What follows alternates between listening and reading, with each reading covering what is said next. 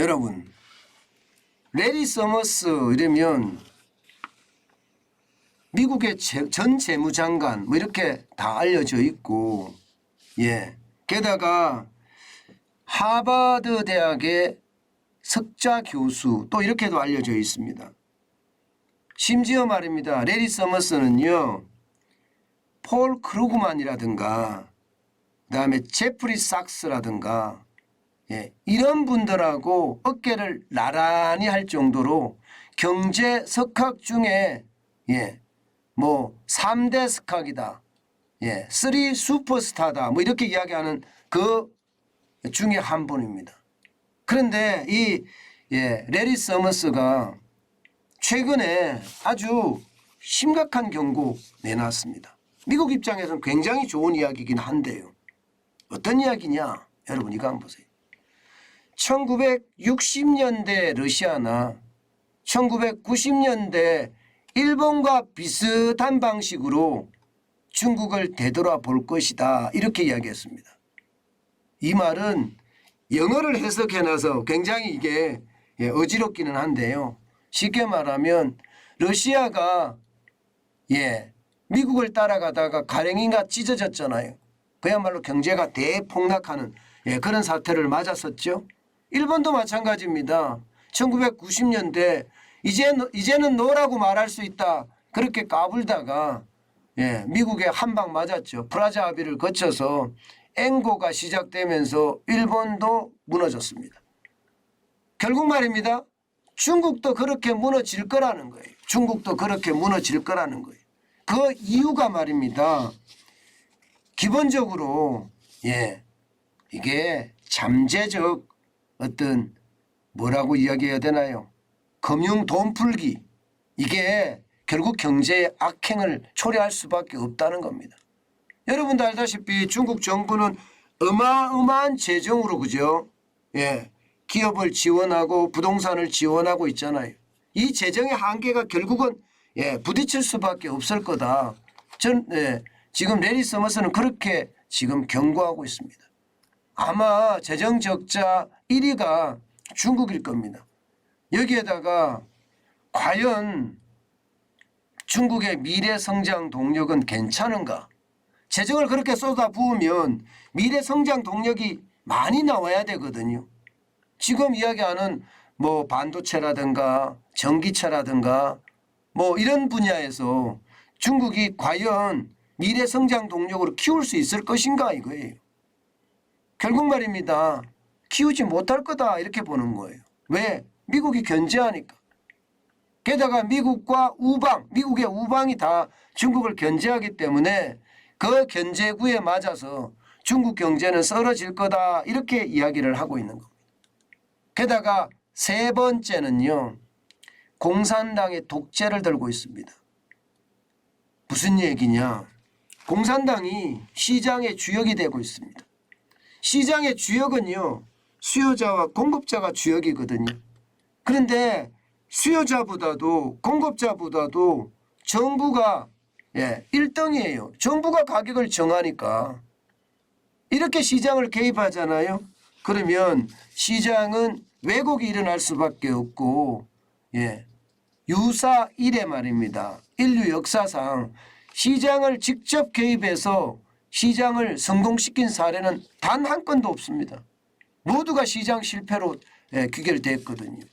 지금 시진핑의 어떤 공동 부유론, 이것이 결국 시장을 다 망가뜨릴 거다, 이런 얘기입니다. 게다가 지금 중국도 출산율이 굉장히 많이 줄고 있죠. 이것은 결국 노동 연령이 계속 감소한다는 이야기예요. 예, 노동 연령이 점점 감소하면, 예, 노동자가 만약에 줄어들면 어떻게 될까요? 성장률은 정체될 수밖에 없죠. 실제로 그렇게 될 가능성이 크다. 레리 서머스는 실제 그렇게 이야기하고 있습니다. 레리 서머스가 이렇게 이야기하는 게 이게 근거가 없지도 않아요. 지금 보면 말입니다. 예, 중국의 성장률에 대해서 충격적으로 이야기하는 곳이 많아졌거든요. 여러분 이거 한번 보세요. 실제 레리 서머스가 이야기한 거하고 좀 비슷하게 이야기하는 곳, 세계은행 같은 경우는요, 중국의 올해 성장률 전망치를 2.8%로 보고 있어요. 충격이죠. 예, 충격입니다. 이거 적어도 말입니다. 중국의 경제는 5.5%를 유지해야지 중국의 그 수많은 인구가 실업자가 거의 나지 않으면서 유지해 갈 수 있다고 합니다. 그런데 2.8%면 거의 성장률이 반토막보다 더 나게 되는데 그러면 여러분 이게 성장률을 유지해 갈 수 있을까요? 오히려 말입니다. 사회적 혼란만 더 커지지 않겠느냐 그런 예상까지 하고 있습니다. IMF에서도요. 지금 중국의 성장률 굉장히 낮게 보고 있습니다. 굉장히 낮게 보고 있어요. 예, 지금 3.3%까지 보고 있고요. ADB라고 해서 아시아개발은행도 3.3%. 예, UBS라고 스위스의 투자은행입니다. 2.7% 최악으로 보고 있습니다. 최악. 2.7%면 진짜 최악입니다. 예, 그리고 인텔리전스 유닛은 3.6% 정도 보고 있고요. 어느 한 것도 중국 공산당이 이야기하는 것처럼 5.5%는 눈을 시켜봐도 안 보입니다. 그만큼 말입니다. 지금 중국 시장은 점점 실패의 어떤 모양새로 점점 다가가고 있다. 이렇게 이야기하는 거죠. 그래서 말입니다. 중국의 성장률도 지금 2022년이 어떻게 될지 지금대로 가면 말입니다. 코로나19의 위기 때처럼 중국의 성장률은 굉장히 나빠진다는 거예요. 결국 말입니다. 중국 경제의 어떤 총체적 난국이 경제 성장률을 어김없이 깔아먹고요. 그 성장률 깔아먹은 성장률이 결국 말입니다. 중국 전체의 상황으로 몰릴 수밖에 없다. 이렇게 이야기하고 있습니다. 그만큼 말입니다. 상황이 좋지 않다는 얘기예요. 좋지 않다는 얘기입니다. 게다가 말입니다. 앞으로는 더 힘들어질 것 같아요. 미국의 금리 인상은 예정돼 있잖아요. 지금 이대로라면 11월에도 자이언트 스텝이 나온다는 거예요. 11월에도. 거의 자이언트 스텝 확정이라고 이야기합니다. 그렇게 됐을 때 미국이 괜찮을까요? 외국인 투자자들 쭉쭉 빠져나가고 있고 현재 말입니다. 심지어 말입니다. 반도체 장비 기업들은요. 지금 대부분 중국에서 지금 철수하고 있어요. 반도체 장비 기업들이. 게다가 그 장비 기업들이 대한민국으로 올 가능성도 굉장히 높아지고 있고요. 오히려 중국에 대한 견제가 대한민국에게는 어쩌면 호재가 될 수 있는 그런 상황도 지금 맞고 있거든요. 굉장히 중요한 것은요. 금리는 계속 올라갈 거고 외국인들은 계속 빠질 거고 중국의 수출은 세계 경제의 침체 때문에 수출은 이미 한 자리로 줄어드는 데다가 이게 한 자리도 7% 수준이거든요. 늘어나는 게. 이게 마이너스로 내려갈 수도 있다는 그런 전망까지도 나오거든요. 만약에 그렇게 됐을 때 중국이 괜찮을 건가? 결국 레리 서머스는요.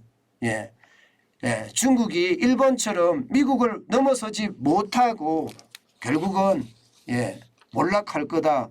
이렇게 지금 예측하고 있는 겁니다. 아마 지금까지 말입니다. 지금까지 중국이 미국을 넘어서지 못할 거다 이야기한 사람은 레리 서머스가 지금 처음입니다. 지난번에 브루킹스 연구소죠. 거기서는요. 2028년쯤에는 중국 경제가 미국을 추월할 거다. 그렇게 예상을 했었거든요. 그런데 그 이후에 대부분의 어떤 이론가나 또 실물 투자자나 아니면 석학들까지도 중국이 미국을 넘어선다는 데는 이견이 별로 없었어요. 그런데 레리 서머스가 처음으로 중국은 절대 미국을 넘어서지 못해. 러시아처럼 붕괴되고 일본처럼 무너질 가능성, 그 가능성이 더 커. 지금 이렇게 이야기하고 있는 겁니다. 이런 걸 보면 여러분 우리는 어떻게 해야 될까요? 지금 우리는요 진짜 심각해질 수도 있습니다. 그 어느 때보다 지금 윤석열 정부는 수출 다변화를 위해서 굉장히 신경 써야 돼. 이게 레리 서머스 정도의 어떤 인물이 중국이 경제가 무너질 거다 이렇게 예상을 하는 것은요. 그만큼 말입니다. 우리 수출에도 타격이 되고요. 덩달아 한국까지도 피해를 입는다는 이야기가 됩니다. 저는요. 아시아의 금융 허브가 지금 사실상 없어졌어요.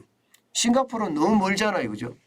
싱가포르. 동아시아만 하더라도 금융 허브가 하나 만들어져야 되는데 우리는 그 어느 때보다 서울을 금융 허브의 장소로 저는 만들어야 된다고 생각합니다. 그러면서 말입니다. 중국에서 탈출하는 기업들 어딘가에 거점을 마련을 해야 되잖아요. 그러면 대한민국에다가 거점을 마련할 수 있게끔 정부가 각종 혜택과 세제도 지원을 하고요. 그래서 미국에 있는 중국의 거점 기업들이 미국의 중국 거점 기업들이 대한민국을 아시아의 거점으로 만들 수 있게끔 만들어야 되지 않을까. 저는 그런 생각 참 많이 해봅니다. 사실 반도체 지금 중국에 대한 어떤 규제 엄청나게 심하게 하잖아요. 그 바람에 반도체 장비 업체들 제가 말씀드렸죠. 쭉쭉 빠지고 있다고. 이거 말입니다. 한국의 거점 기업으로 가져갈 수 있는 것. 지금 굉장히 호재 속에 있다고 저는 생각이 들어요. 경제 전체적으로는 굉장히 나쁘지만 이럴 때 기회를 잘 잡으면 대한민국이 다시 재도약할 수 있는 그런 발판을 잡지 않을까. 저는 다시 한번 생각해 봅니다.